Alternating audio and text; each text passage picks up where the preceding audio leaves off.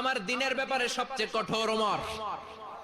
বিশ্বনবী বলতেন আমার পরে কোনো নবী নাই, কোনো রাসূল নাই, তবে আমার পরে যদি কেউ নবী হতো আমার ওমর নবী হয়ে যেত। লা নবিয়্যা বা'দি ওয়ালা রাসূল, আমার পরে রাসূল নাই, কোনো নবী নাই, তবে লাউ কানা বা'দি নবিয়্যুন লাকানা উমর।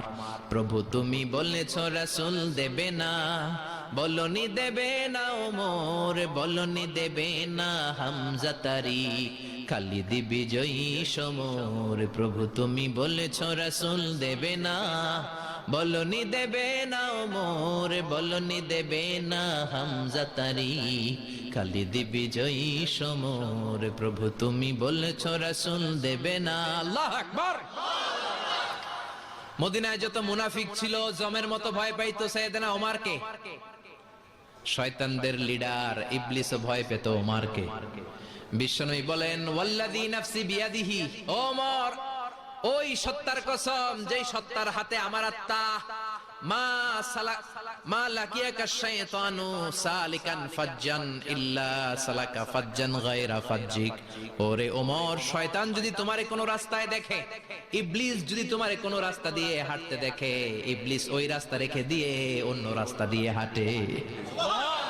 ইবলিসও সাইয়েদনা ওমর ফারুককে দেখলে, এই রাস্তা দিয়ে দেখলে ওর বাপের কি জীবনে এই রাস্তা দিয়ে হাঁটবে না, এই রাস্তা ধুইয়া ওই আরেক রাস্তা ধরবে। চিল্লায় পড়েন আল্লাহু আকবার। কাফেররা ভয় পেত, মুনাফিকরা ভয় পেত, শয়তান ভয় পেত, এমনকি বিশ্বনবীর বিবিরাও ভয় পেত। সুবহানাল্লাহ পড়েন। বিশ্বনবীর বিবিরা বিশ্বনবীরে ধরলেন, আমারে এটা কিনা দেন, ওইটা দেন। বিশ্বনবী কয় টাকা নাই, ক্ষমতা নাই, সামর্থ্য নাই, বেশি কথা কইলে তালাক নিয়ে যাও, তোমাদের চেয়েও সুন্দরী অনেক সতী সাধবী নারী আল্লাহ ব্যবস্থা করে দিবে। বিবিরা মাঝে মাঝে খুনসুটি করতো, নবীরে ধরতো, এটা নাই ওইটা নাই, এটা দেন। একবার সব বিবিরা টাইট করে ধরছে, ও নবী আয়েশার ঘরে যেদিন থাকেন সাহাবারা বেশি হাদিয়া পাঠায় কেন, আমাদের ঘরে যেদিন থাকেন পাঠায় না কেন? কালকে জুমার নামাজের পরে ঘোষণা দিবেন সবার ঘরে সমান সমান হাদিয়া। নবী কয় আমি হাইতান্ন। ও মিয়া, কে হাদিয়া দিবে, কটুক দিবে, এটা কি ইমাম সাহেবের কাজ? ইমাম সাহেবের বাসায় কে কোন দিন কি খাওয়াবে, কি গিফট দিবে, এটা তো কে যে গিফট দিবে তার ব্যাপার। বিশ্বনবী বললেন আবু বকরকে সবাই ভালোবাসে, তাই আবু বকরের মেয়ের ঘরে যেদিন আমার ডেট পরে থাকার সময়, ওই দিন হয়তো বেশি হাদিয়া পাঠায়, তোমাদের ঘরে পাঠায় না, আমার বলার কোনো সুযোগ। বিবিরা কয় না, আপনারে বলতেই হবে। নবী কয় আমি পারবো না, বিবিরা কয় পারবেন। ইন দ্য মিন টাইম দরজার উপর থেকে কে যেন সালাম দিল, আসসালামু আলাইকুম ওয়া রাহমাতুল্লাহ। বিশ্বনবী বললেন ওয়া আলাইকুম আসসালাম। বিশ্বনবী বুঝতে পারলেন সালামটা আমার ওমরের সালাম। বিশ্বনবী সালামের উত্তর দিয়ে বিবিদের দিকে তাকায়, দেখে একটা বিবি ওর সামনে নাই, সব উদাও, ভ্যানিশ হয়ে গেছে। ওই যে ওমর। সুবহানাল্লাহ পড়বেন না? এই জন্য ওমরকে শয়তানও ভয় পেত। আমাদের বাচ্চাদেরকে, আমার মেয়ে একটা মাত্র মেয়ে, খাইতে চায় না, শুধু আমার মেয়ে না, অধিকাংশ বাচ্চাদের এই অবস্থা। ওর আম্মু এদিক দিয়ে খাওয়ায়, আবার দৌড় দেয়, আবার আমি খাওয়াই, আবার কান্নাকাটি করে, বলে গল্প শোনাও, তাইলে খাবো। এখন গল্প শোনাইলেও খায় না। বর্তমান সময়ের ছেলে মেয়েগুলো এরকম, এত জ্বালাতন করে, খেতে চায় না তো বলতে হয় বাঘ আসবে বাঘ, সিংহ আসবে সিংহ, সিংহ মামা আসবে, ঘুমাও ঘুমাও, এগুলো আমরা বলি না? বড় দোষী তো আপনারা কি বলেন? বাচ্চা যদি না ঘুমায়, না খাইতে চায়, এগুলোই তো বলে। বাঘ আসবে, বিড়াল আসবে। মদিনাতে ওমরে ফারুক যখন খলিফা, মদিনার কোন বাচ্চারা যদি না খেতে চাইতো, না ঘুমাইতে চাইতো, মদিনার মায়েরা বলতো তাড়াতাড়ি ঘুমাও, ওই যে ওমর আসতেছে, ওমর। আল্লাহু আকবার। কি শাসক ছিলেন সাইয়েদনা ওমর! সবাই সমান, উনার বিধান, উনার রীতি সবার জন্য সমান। মদ খাওয়ার অপরাধে নিজের কলিজার টুকরা ছেলে আবু শাহমাকে 80টা বেত মেরেছে। হাদিসটা দাঈফ, তবে শিক্ষা আছে আমাদের জন্য। 80টা বেত মেরেছে। এক রাওয়াতে পাওয়া যায় বেত মেরে ছেলেটাকে আহত করে ফেলেছে, আর এক রাওয়াতে পাওয়া যায় পিটাতে পিটাতে ছেলেটাকে দুনিয়া থেকে শেষ করে ফেলেছে। ছেলের মুখে গন্ধ পেয়েছে। আর শরীফতা খামরান, কিরে মদ খাইছস? কয় না বাবা, শরীফতু নাবিজ, আমি নাবিজ খেয়েছি। নাবিজ খাওয়া যায়।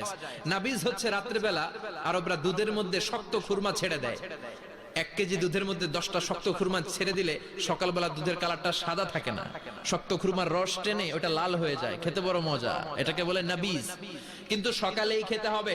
ওইটারে যদি 3 দিন জমায় রাখেন, 4 দিন জমায় রাখেন, ওইটাও গাঞ্জা হয়ে যাবে, ওইটাও তারি হয়ে যায়, মদ হয়ে যায়। সাইয়েদনা ওমরের ছেলে এই কাজ করেছেন, একটু তারির স্বাদ নেয়ার জন্য 4 দিন রেখে দিয়েছে। সাইয়েদনা ওমর বললেন, কি খাইছস? কয় মদ খাই নাই। নাবিস খাইছস? এদিকে আয়। ইফতাহ ফামাক, মুখ খোল। হা করার পরে মুখের সামনে নাক নিয়ে গন্ধ দেখে মদের গন্ধ, কলারটা ধরে মসজিদে নববীতে নিয়েছেন। ইন দা মিন টাইম মসজিদে নববীতে জোহরের নামাজ হয়। নিজের ছেলেকে মসজিদে নববীর উস্তুয়ানা বলে, উস্তুয়ানাতু মসজিদে নববী, মসজিদে নববীর পিলারে বেঁধেছেন। যেহেতু উনি খলিফা, মসজিদে নববীর ইমাম, জোহরের নামাজের ইমামতি করলেন। সালাম ফিরালেন, আসসালামু আলাইকুম ওয়া রাহমাতুল্লাহ, আসসালামু আলাইকুম ওয়া রাহমাতুল্লাহ। সালামের পর বললেন, মাকানাকুম ইনদানা হাদ, সুন্নতের পর বসে যাবেন, আমাদের একটা হদ আছে। আল্লাহর দেয়া যে বিধান, বিচার, এটাকে আরবিতে বলে হাদ, প্লুরাল হচ্ছে হুদুদ। আমাদের হুদুদ আছে, মানে গুরুদণ্ড আছে, বসবেন। হাজার হাজার মানুষ সবাই ওযু করে যখন ঢুকতেছিল, দেখে আবু শামা পিলারে বাঁধা। সবাই তো আশ্চর্য, কি আজীব তামাশা, প্রেসিডেন্টের পোলা বাঁধা। নামাজের পরে বাইরে আসার পরে হাজার হাজার মানুষ তাকিয়ে আছে। কানাঘুষা শুরু হয়ে যায়। সবাই বলে, কি হয়েছে? ওমর কয়, আমার টানাটানি করা যাবে না। এই যে থামেন থামেন, এখন টানলে কি হবে আমি জানি, খুব বিশৃঙ্খলা হবে। দাঁড়ায় শোনেন, দাঁড়ায় শুনলে ডবল সোয়াব। আমি চলে গেলে এরপর আপনারা টানাটানি করে ঢুকেন। কথা শুনতেছেন তো? মনোযোগ আছে? লোকদের মধ্যে কানাঘুষা। প্রেসিডেন্টের ছেলে, কেউ কয় ওমর মনে হয় মারবে না, যেহেতু নিজের ছেলে তো একটু ধমকি টমকি দিয়ে ছেড়ে দিবে। কেউ কেউ বলে, না ওমর তো এত সহজ মানুষ না, মদের বিচার তো 80টা বেদ, মনে হয় 40টা মারবে। কেউ কয় না, 80টাই মারবে। ওমর চেয়ারে বসে জল্লাদরে ডাকলেন, বললেন, ইবদা বিসমিল্লাহ, নে চাবুক শুরু কর। বাইতুল মাল থেকে শক্ত সাইজের একটা চাবুক আনবি। জল্লাদ চাবুক এনে দাঁড়ালেন। ওমর বললেন, ইবদা বিসমিল্লাহ, শুরু কর। জল্লাদ মারতে শুরু করেছে। ওয়াহিদ, ইতনাইন, তালাতা, 3টা মারার পরে এক থাপ্পড় মেরে জল্লাদকে 3 হাত দূরে ফেলে দিলেন। ধমক দিয়ে বললেন, তুই চাবুক মারস নাকি চাকরি বাসাস? আসলে জল্লাদ কিন্তু আস্তে মারে নাই, দেহের যত জোর ছিল জোর দিয়ে মেরেছে, কিন্তু ওমরের পছন্দ হয় নাই।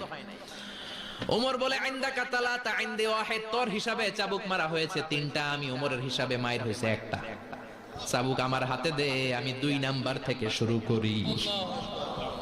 ওমরে ফারুক 2 নাম্বার শুরু করলেন। 2, 3, এক একটা চাবুক মারে, ছুপ ছুপ করে চামড়া ছিলে, রক্তগুলো মসজিদে নববীর বারান্দার পিলারের মধ্যে লাগে। ওমরের চেয়ে শক্তিশালী দ্বিতীয় কোন পুরুষ মদিনার জামিনে ছিল নাকি? ওমরের হাতের মাইর।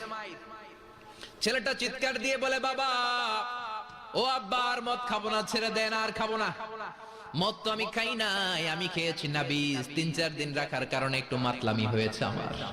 আব্বা, এবারের জন্য ছেড়ে দেন, আর খাবো না। ওমরের কঠোর হৃদয়ে কোনো দয়া মায়া আসে না, মারতে লাগলেন। এবার আবু শাহামার মা, ওমরের বউ, পায়ের মধ্যে ওমরের পায়ে পড়ে ডেকে বলে, ওমর, আমার কলিজার টুকরা ছেলেটারে মারিস না। 30টা বাড়ি মারা হয়েছে, আর বাকি 50টা বাড়ির জন্য এক একটা চাবুকের বিনিময়ে আমি এক একটা উট আল্লাহর রাস্তায় সদকা করব রে ওমর। সাইয়েদনা ওমর বলে, আরে নিয়ে যাও। আবু শাহামার মা উট দিয়ে আল্লাহর জাইন, চাবুকের বাড়ি থেকে একটা বাড়িও কমানো যাবে না, 80টা বাড়ি দেয়া পর্যন্ত পৃথিবীর কোন শক্তি আবু শাহামারে আমার হাত থেকে ছুটাতে পারবে না। আবু শাহামার মা কাঁদতে লাগলো। ওমরের মনে দয়া মায়া হয় না। 40টা বাড়ি মারার পরে ছেলে বেহুশ, 50টা মারার পরে আবু শাহামা দুনিয়া থেকে শেষ। সবাই নিস্তব্ধ, নীরবতা, পিন ড্রপ সাইলেন্স, পিন পতন নীরবতা। রাগে তখনও গড়গড় করছে ওমর। সাইয়েদনা ওমর বললেন, গোসল দে, জানাজা দে, কবর দে। কবর দেওয়ার পরে ওই কবরের উপর 51 নাম্বার থেকে মারা শুরু করলেন। 52, 53, 60টা, 70টা, 80টা চাবুকের বাড়ি কবরের মধ্যে, বিশাল বিশাল বড় বড় বাড়ি মেরে আঘাত করে আল্লাহরে ডেকে বললেন, আল্লাহ, আমার ছেলে হওয়ার কারণে, প্রেসিডেন্টের ছেলে হওয়ার কারণে আমি পার্সিয়ালিটি করি নাই, একটা চাবুকের বাড়িও কম দেই নাই। কিয়ামতের দিন তুমি আমারে জালিমদের কাতারে দাঁড় করাতে পারবা না। আল্লাহু আকবার। ওই ওমরের শাসন যদি দেশে থাকতো, দেশটারে মদিনা বানাইতো কে? এখন রিকশাওয়ালার পোলার জন্য এক নিয়ম, প্রধানমন্ত্রীর পোলার জন্য আরেক নিয়ম। কুলিওয়ালা ঠেলাওয়ালার জন্য এক নিয়ম, প্রেসিডেন্টের মেয়ের জন্য আরেক নিয়ম। জোরে বলেন ঠিক কিনা? সবার জন্য যদি এক নিয়ম হতো, চুরি করলে যদি হাত কাটা হতো, জিনা করলে যদি পাথর মেরে গর্দানটা উড়িয়ে দেয়া যেত, বাংলার জমিনে আর কোনো চোর আর জিনাখোর পাওয়া যেত না। চুরি করলে হাত কাটো কার আইন? তবে এটা কলা চোর, মুরগি চোর, ডাব চোর, আম চোর না। যেই চোরগুলো একটা কলমের সিগনেচারের খোঁচায় দেশের হাজার কোটি টাকা মেরে দেয়, ওই চোরদের হাত আগে কাটতে হবে। যেরকম ঠিক কিনা?